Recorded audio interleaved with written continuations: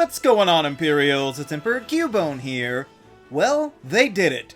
Super Smash Bros. Ultimate has not only maintained its status as one of the best-selling games for one of Nintendo's best-selling consoles, but they expanded upon the roster with 2 full packs of DLC fighters, making this the biggest Smash game probably ever. And of course, there are plenty of Pokémon in the game representing several of the different types from the native series, but not quite all of them. However, I've long wondered, what would it be like if the fighters from other Nintendo franchises shared in the Pokémon types? So we'll look at each of these Smash Ultimate combatants and see what elements might fit them best. So, any questions?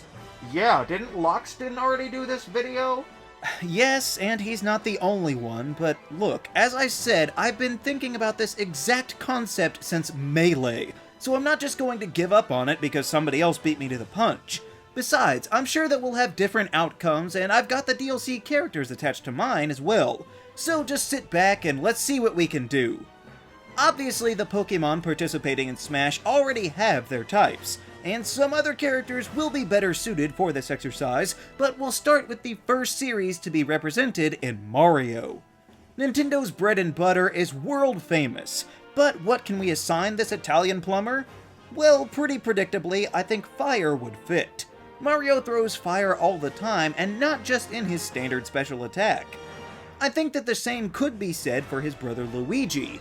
I could see an argument for Ghost given his Spectre hunting antics, but we'll stick with pure fire for now. That was all for the original Smash game, but more Mario characters were added in Melee, starting with Peach, who will probably by most people be classified as a fairy type given her looks and vague powers, but I would also add flying. Peach is light and is able to float well beyond reason, so I think the same typing as Togekiss would fit her quite suitably. The second Smash game also brought in Mario's nemesis, Bowser, and I think King Koopa could be guessed as Dragon and Fire type. Not only does he equally display an affinity for the flame, but this giant reptile can definitely throw his weight around with the best of the Dragon type. But we also found the easy-to-implement Dr. Mario, with only minor changes, but clearly not a fire type anymore. I'm thinking maybe just a normal and poison type, since he is simple but has the power of medicines. And before you say that poison can't heal anybody, I give you Pyukumuku. Brawl surprisingly didn't bring us any from the biggest video game series in the world, but Smash 4 gave us Rosalina and her Luma cohorts.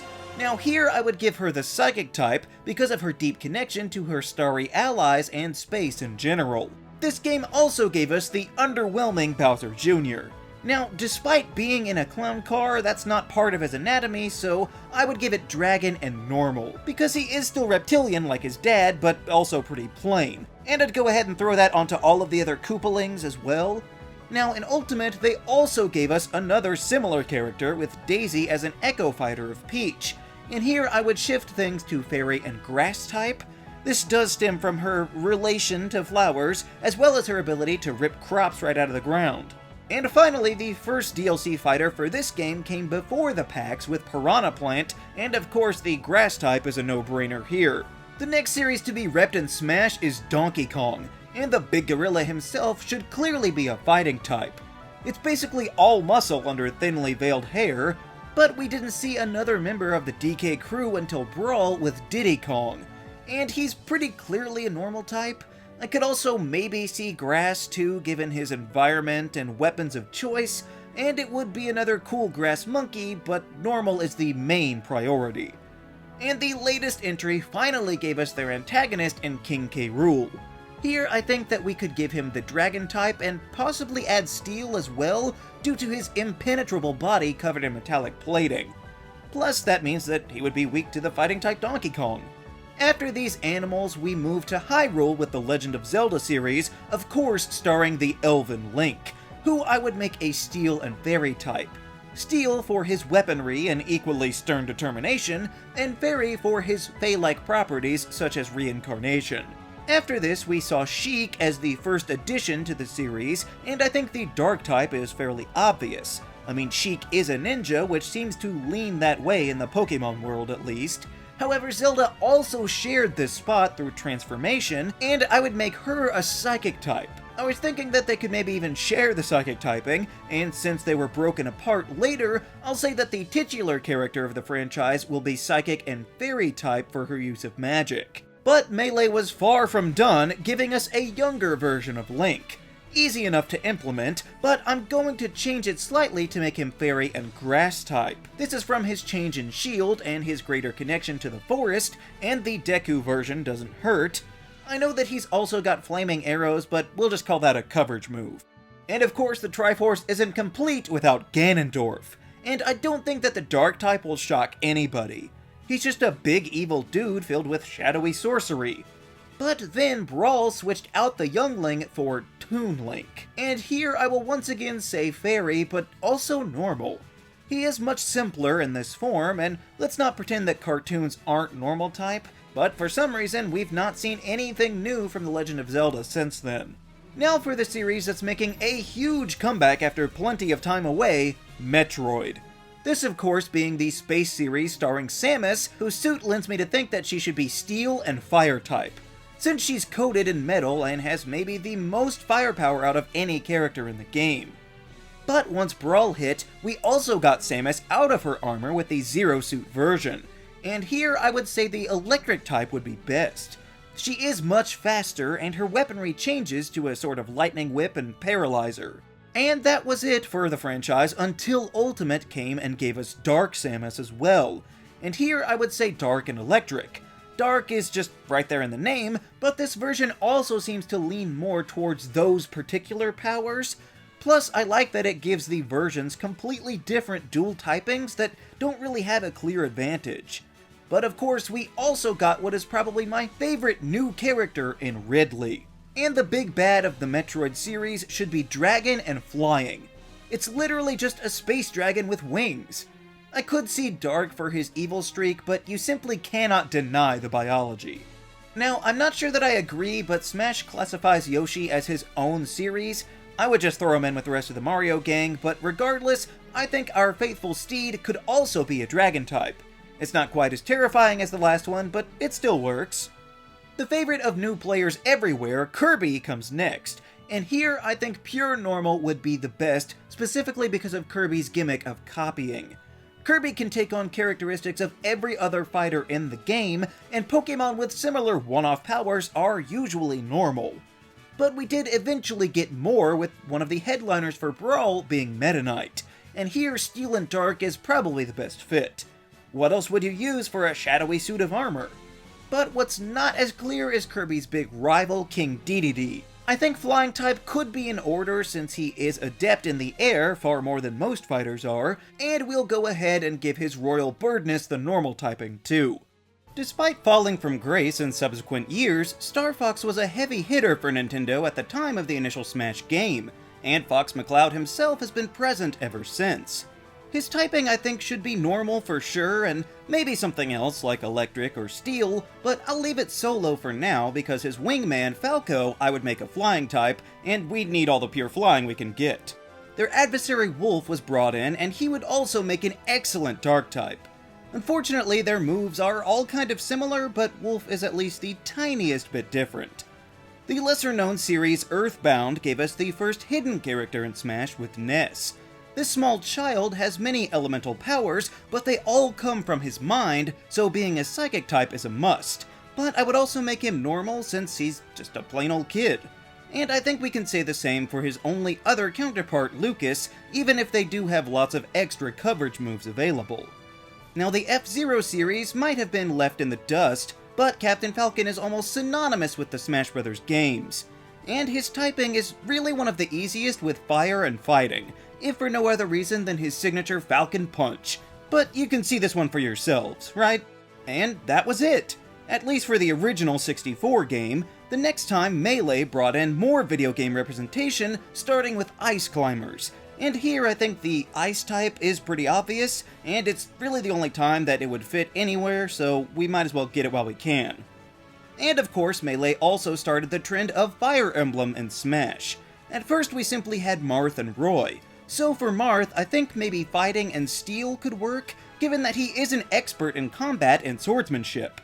And I know that Roy also has a sword, but for him, I would say fighting and fire, since every move of his blade seems to emit flames. And I think we could continue this trend with Ike, who was next in line, by giving him fighting and ground.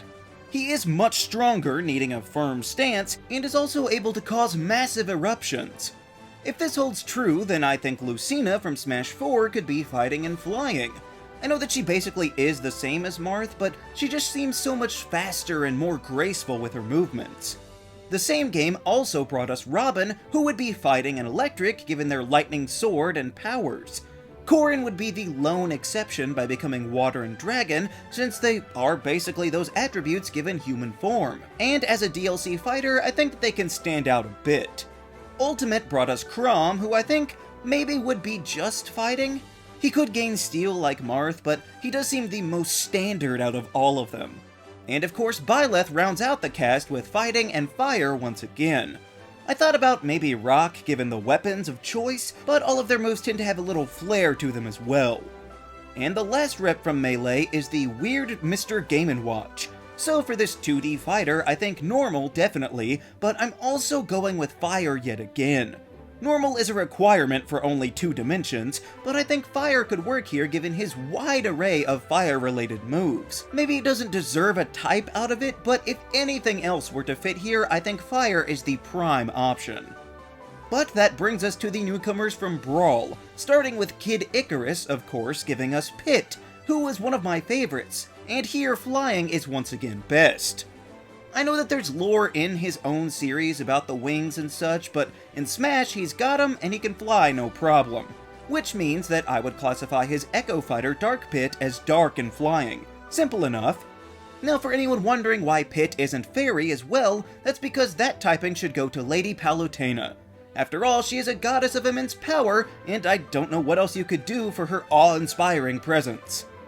But from her beauty we fall so much further since Wario was considered a rep for his own series, and this smelly weirdo I think should definitely be a poison type because he eats garlic, has much flatulence, and drives a motorcycle that emits noxious fumes, so it makes sense to me. Much cooler is Snake from the Metal Gear Solid franchise, and here I would recommend Steel and Fire since he has high-grade military ordnance, even more impressive than Samus's, so it would work out pretty well.